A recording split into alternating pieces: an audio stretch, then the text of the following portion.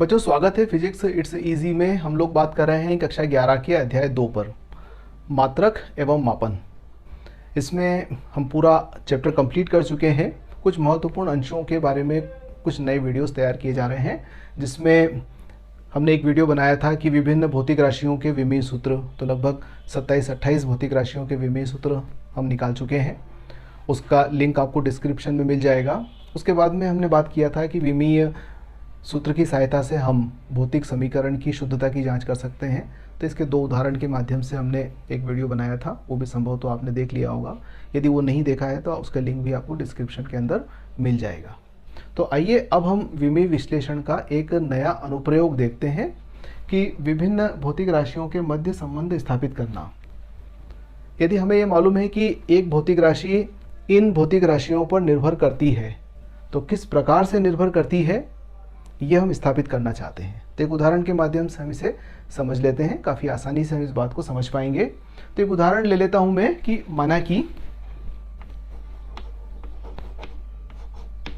माना कि सरल लोलक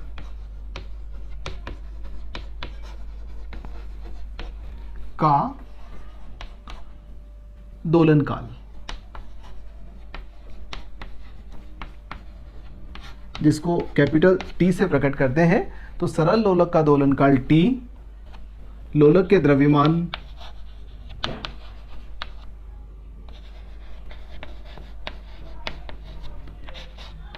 माना कि लोलक का द्रव्यमान स्मॉल m है, तो लोलक के द्रव्यमान कॉमा प्रभावकारी लंबाई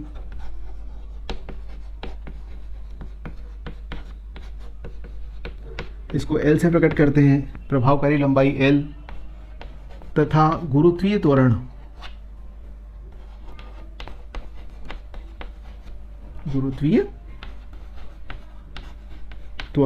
इसको स्मॉल g से प्रकट करते हैं, पर निर्भर करता है।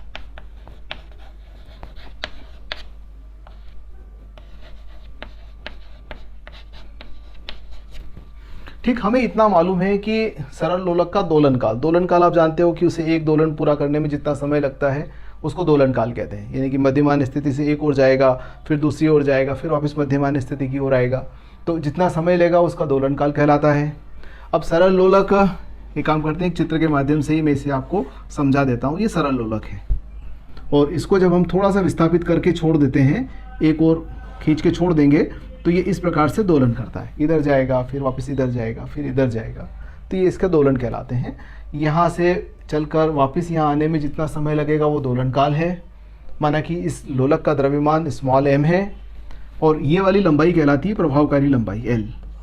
इसके द्रव्यमान केंद्र से जहाँ इसको लटकाया जाता है निलंबन बिंदु, यहाँ तक की दूरी ये प्रभावकारी लंबाई कहलाती है। और दूसरा गुरुत्वीय त्वरण, पृथ्वी किसी भी वस्तु को नीचे की ओर आकर्षित करती है mg से, तो गुरुत्वीय त्वरण g है। तो हमें संबंध बताना है कि T, m, L और g पर किस प्रकार से निर्भर करता है। ठीक, तो विमीय समांगता का सिद्धांत हम काम में लेंगे। तो विमीय समांगता के सिद्धांत से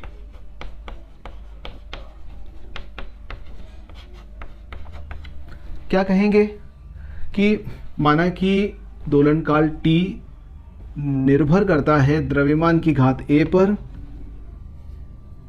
लंबाई की घात B पर और समय की घात गुरुत्वीय त्वरण की घात C पर। यानी कि हमने मान लिया कि T समानुपाती है m की घात A, L की घात B और G की घात C। मतलब T निर्भर करता है द्रव्यमान की घात A पर, प्रभावकारी लंबाई की घात B पर और गुरुत्वीय त्वरण की घात C पर। अब हमें A, B और C के मान यदि मालूम हो जाते हैं तो हमारा काम बन जाएगा, एक संबंध बन जाएगा। तो एक काम करते हैं कि T बराबर, पहले तो समानुपाती नियतांक का हम उपयोग कर लेते हैं। तो माना कि समानुपाती नियतांक K है, ये विमाहीन राशि है। तो K m की घात A, L की घात B और G की घात C, ये हमने लिख दिया। अब विमीय समांगता का सिद्धांत लगाएंगे तो LHS की विमा और RHS की विमाएं बराबर करना है। तो देखिएगा LHS की विमा में क्या हो जाएगा हमारा, m की घात 0, L की घात 0 और T। ये हो गया LHS। अब RHS में ये विमाहीन है तो M, इसकी घात आ गई A, L लंबाई है तो इसकी घात आ गई B, और G गुरुत्वीय त्वरण है यानी कि LT-2, इसकी घात आ गई C। शॉर्ट में लिखा है हमने LT-2, इसकी घात C लिख दिया। एक बार पुनः T का विमीय सूत्र, ये M का विमीय सूत्र, ये L का विमीय सूत्र, और ये हो गया G का विमीय सूत्र। हम इन तीनों को कंबाइन कर लेते हैं तो देखिए क्या बनता है, M की घात 0, L की घात 0 और T बराबर M की घात A, L की घात B धन C। B तो यहाँ है और देखो ये C यहाँ पर है तो B प्लस C घातें जुड़ जाती हैं और T की घात क्या आ जाएगी, -2C। तो LHS का विमीय सूत्र ये हो गया, RHS का विमीय सूत्र ये हो गया। अब हम इन दोनों विमीय सूत्रों की विमाओं की तुलना कर लेंगे। M की घात कितनी है, 0, यहाँ M की घात कितना है, A। तो दोनों पक्षों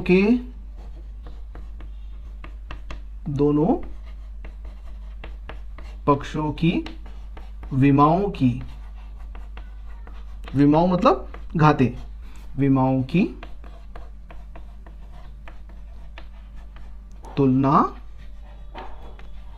करने पर, तो देखिए यहाँ M की घात A, यहाँ M की घात 0 यानी कि A बराबर 0,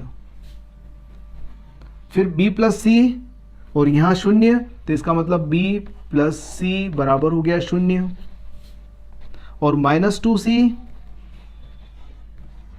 बराबर 1। यहाँ T की घात 1 है तो यहाँ -2C बराबर कितना आ गया, 1।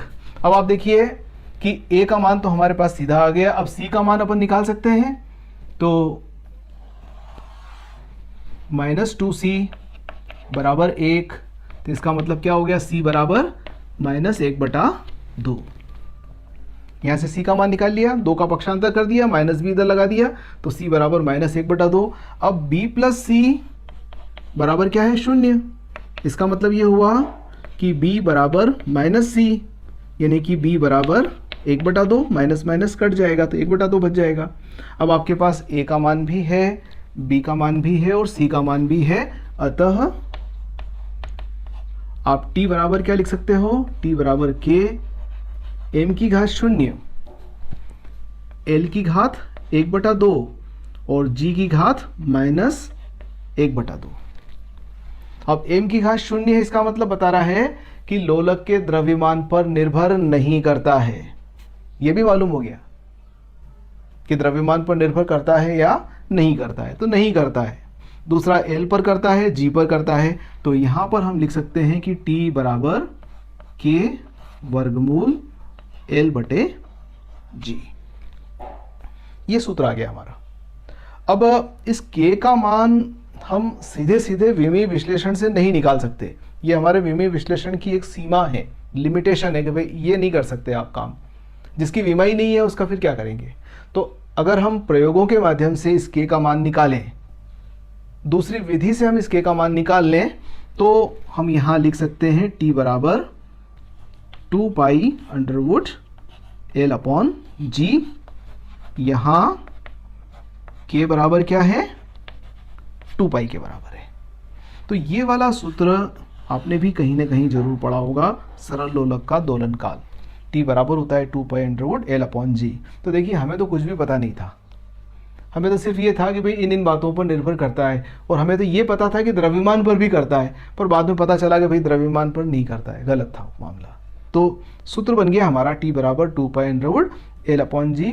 तो विमीय विश्लेषण की सहायता से भौतिक राशियों के मध्य इस प्रकार से संबंध स्थापित कर सकते हैं। तो ये हमने देखा। अगले वीडियो के अंदर हम एक पद्धति के मात्रक को किस प्रकार से दूसरी पद्धति के मात्रक में परिवर्तित कर सकते हैं विमीय विश्लेषण की सहायता से, ये देखने वाले हैं। धन्यवाद।